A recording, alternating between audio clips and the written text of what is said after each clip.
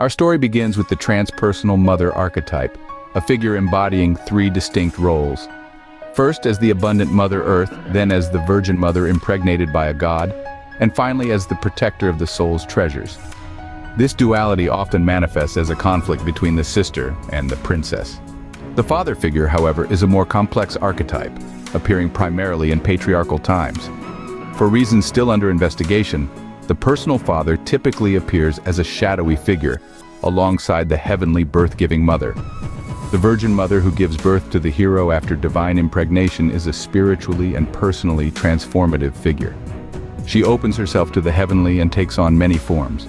The hero's birth and his battle with the dragon become meaningful when masculinity is understood. It is in the myth of the hero that the ego truly becomes the subject of masculinity. Therefore, it is necessary to clarify the symbolic nature of masculinity. This clarification is crucial to distinguish masculinity from fatherhood, a distinction made even more essential due to the psychoanalytic misinterpretations of the Oedipus complex and the related misunderstanding of mythology. The awakening ego experiences its masculinity in its growing self-awareness as both good and evil simultaneously. It pushes itself out of the maternal matrix and finds itself as it separates from this matrix. Sociologically, as a male matures and becomes independent, he feels himself separate from this matrix to such a degree that he experiences and emphasizes his differences, singularity, and uniqueness.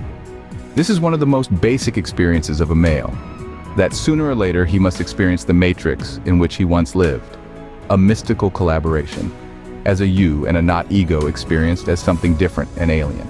Here, as everywhere in this basic overview of the development of consciousness, we must not look through our patriarchal glasses. The original state of the group is matriarchal. Even among animals, we find in many cases that younger generations of males move on, and the mother remains with the young females. The original matriarchal group of mothers and children presupposes that the young male has a strong tendency to wander. Even if we remain within the matriarchal group, he associates himself with other males to form a group of hunters and warriors, which aligns with the deadly phallic aspect of the matriarchate. The male group, by necessity, is more mobile and initiative. In a state of constant danger, the male receives additional incentives to develop his consciousness, possibly here already coloring the dichotomy between the psychology of male groups and the matriarchal psychology of the female. The matriarchal group, with its mass feeling among mothers and children and its strong bond, is tied to the world of nature and instincts. Cycle, pregnancy, lactation activate the instinctual side and strengthen the woman's nature. The male group, on the other hand, with its tasks of hunting and warfare, is a group of nomadic warriors. The matriarchal system of exogamy delays the development of male groups, as males must marry outside their group and thus are dispersed, obliged to live matrilocally as aliens in the woman's tribe. The male is an alien to the group he marries into, and is expelled from the group he comes from. This is probably one of the reasons male societies were formed. Over time, the male group slowly gains power until it becomes dominant and we shift from matriarchy to patriarchy. The group of young men, all contemporaries, is the place where the male truly discovers himself for the first time. When he feels himself a stranger among women and at home among men, we have the sociological situation corresponding to the self-revelation of ego consciousness.